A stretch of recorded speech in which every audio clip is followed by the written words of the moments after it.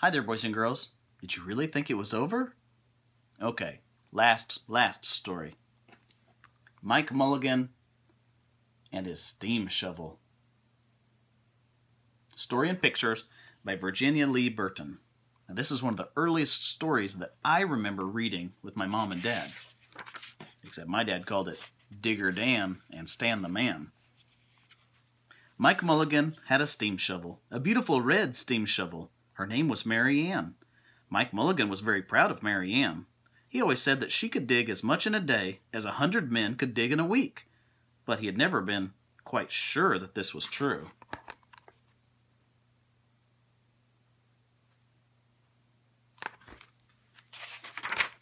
Mike Mulligan and Mary Ann had been digging together for years and years. Mike Mulligan took such good care of Mary Ann, she never grew old.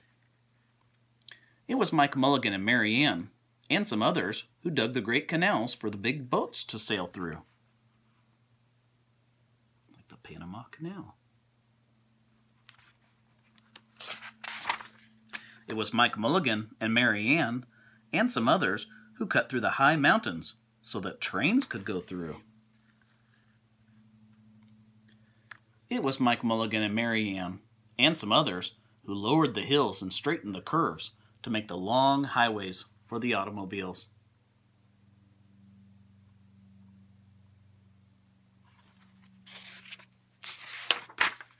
It was Mike Mulligan and Mary Ann, and some others, who smoothed out the ground and filled the holes to make the landing fields for the airplanes.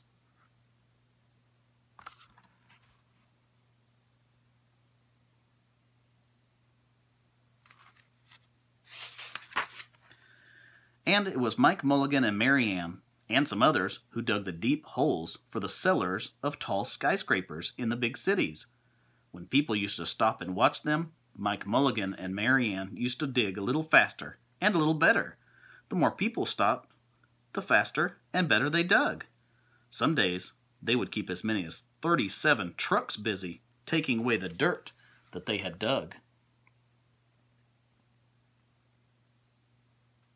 All those people watching them dig.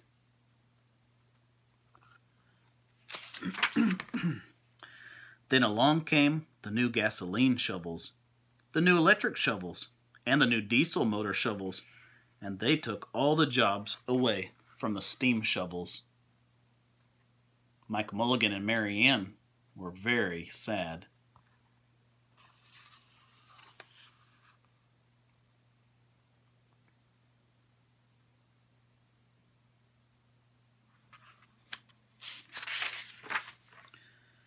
All the other steam shovels were being sold for junk, or left out in old gravel pits to rust and fall apart. Mike loved Mary Ann. He couldn't do that to her. He had taken such good care of her that she could still dig as much in a day as 100 men could dig in a week. At least, he thought she could, but he wasn't quite sure. Everywhere they went, the new gas shovels and the new electric shovels and the new diesel motor shovels had all the jobs. No one wanted Mike Mulligan and Mary Ann anymore. Then one day, Mike read in a newspaper that the town of Popperville was going to build a new town hall. "We're going to dig the cellar of that town hall," said Mike to Mary Ann, and off they started.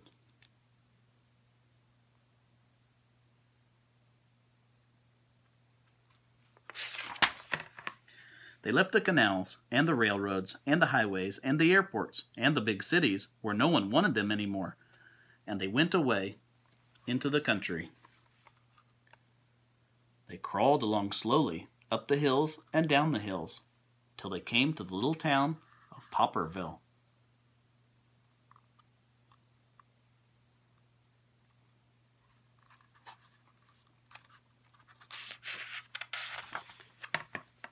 When they got there, they found that the selectmen were just deciding who should dig the cellar for the new town hall. Mike Mulligan spoke to Henry B. Swap, one of the selectmen. "I heard," he said, "that you're going to build a new town hall. Mary Ann and I will dig the cellar for you in just one day." "What?" said Henry B. Swap.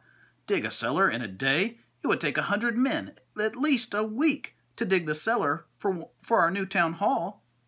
"Sure," said Mike. but Mary Ann can dig as much in a day as 100 men can dig in a week," though he had never been quite sure that this was true. Then he added, "If we can't do it, you won't have to pay." Henry B. Swap thought this would be an easy way to get part of the cellar dug for nothing, so he smiled in a rather mean way and gave the job of digging the cellar of the new town hall to Mike Mulligan and Mary Ann. He doesn't think they can dig it in one day. If they can't dig it in one day, he won't have to pay them. They started in early the next morning, just as the sun was coming up. Soon a little boy came along. "Do you think you'll finish by sundown?" he said to Mike Mulligan. "Sure," said Mike. "If you stay and watch us, we always work faster and better when someone is watching us." So the little boy stayed to watch.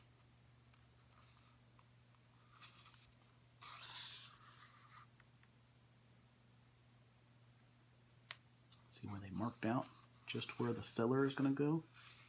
See that big square? It's more like a rectangle, really.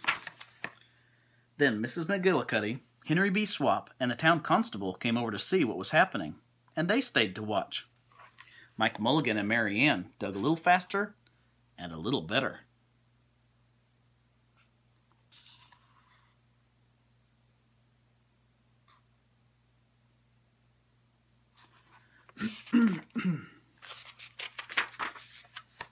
This gave the little boy a good idea. He ran off and told the postman with the morning mail, the telegraph boy on his bicycle, the milkman with his cart and horse, the doctor on his way home, and the farmer and his family coming into town for the day.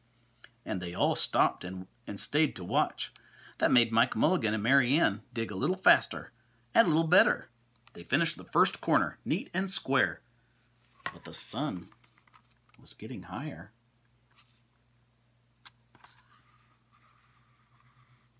Everyone coming to watch them dig.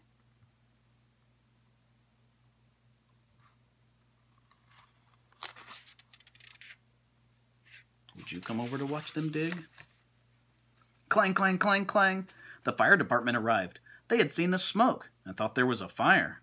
Then the little boy said, "Why don't you stay and watch?" So the fire department of Popperville stayed to watch Mike Mulligan and Mary Ann. When they heard the fire engine, the children in the school across the street couldn't keep their eyes on their lessons. The teacher called a long recess, and the whole school came out to watch. That made Mike Mulligan and Mary Ann dig still faster and still better. They finished the second corner, neat and square, but the sun was right up in the top of the sky.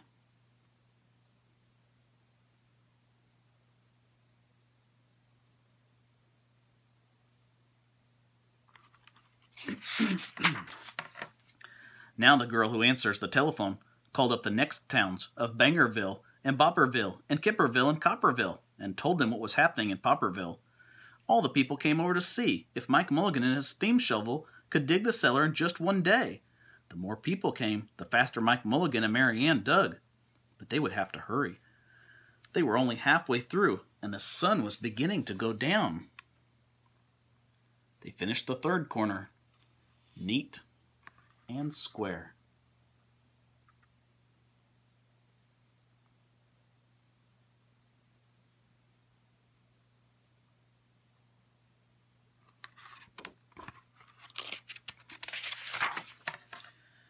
Never had Mike Mulligan and Mary Ann had so many people to watch them. Never had they dug so fast and so well, and never had the sun seemed to go down so fast. "Hurry, Mike Mulligan, hurry, hurry," shouted the little boy. There's not much more time." The dirt was flying everywhere, and the smoke and the steam were so thick that people could hardly see anything. But listen, bing, bang, crash, slam, louder and louder, faster and faster.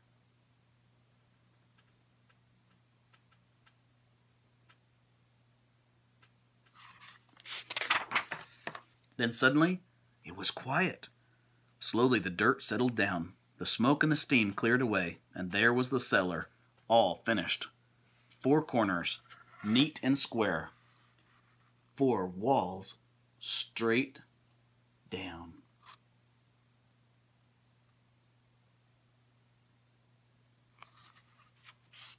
And Mike Mulligan and Mary Ann at the bottom. and the sun was just going down behind the hill. "Hooray!" shouted the people. "Hooray for Mike Mulligan and his steam shovel! They have dug the cellar in just one day." Suddenly the little boy said, "How are they going to get out?" "That's right," said Mrs. McGillicuddy to Henry B. Swap. "How is he going to get his steam shovel out?" Henry B. Swap didn't answer, but he smiled in a rather mean way. Then everybody said, "How are they going to get out?" "Hi, Mike Mulligan, how are you going to get out? How are you going to get your steam shovel out?" Mike Mulligan looked around at the 4 square walls and the 4 square corners, and he said, "We've dug so fast, and we've dug so well, that we've quite forgotten to leave a way out." Nothing like this had ever happened to Mike Mulligan and Mary Ann before, and they didn't know what to do.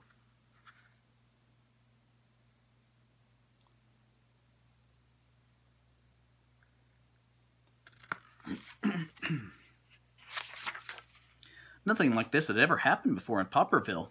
Everybody started talking at once, and everybody had a different idea, and everybody thought that his idea was the best. They talked and they talked and they talked, and they argued and they argued, and they fought till they were worn out, and still no one knew how to get Mike Mulligan and Mary Ann out of the cellar that they had dug. Then Henry B. Swap said, "The job isn't finished because Mary Ann isn't out of the cellar, so Mike Mulligan won't get paid." And he smiled again in a rather mean way.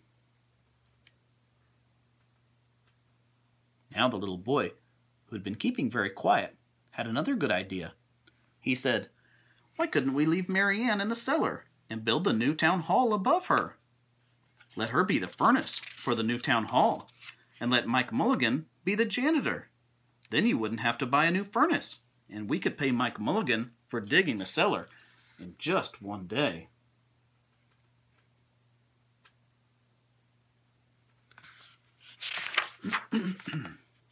"Why not?" said Henry B. Swap, and smiled in a way that was not quite so mean. "Why not?" said Mrs. McGillicuddy. "Why not?" said the town constable. "Why not?" said all the people. And so they found a ladder and climbed down into the cellar to ask Mike Mulligan and Mary Ann. "Why not?" said Mike Mulligan. So it was decided, and everybody was happy.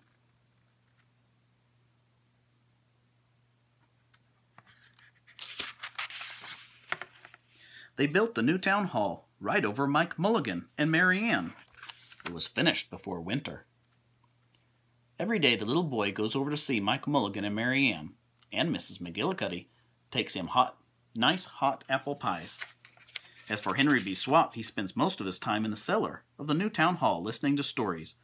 The stories that Mike Mulligan has to tell, and smiling in a way that isn't mean at all.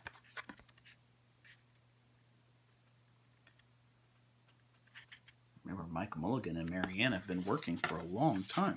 I bet he has lots of good stories, just like Mom and Dad and Grandma and Grandpa. Now when you go to Popperville, be sure to go down in the cellar of the new town hall. There they'll be Mike Mulligan and Mary Ann, Mike in his rocking chair smoking his pipe, and Mary Ann beside him, warming up the meetings in the new town hall.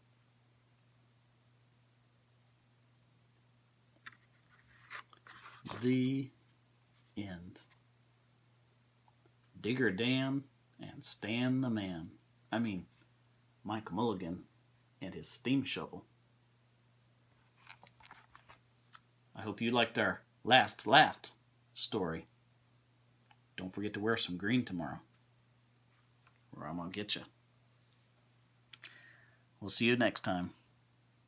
Bye-bye.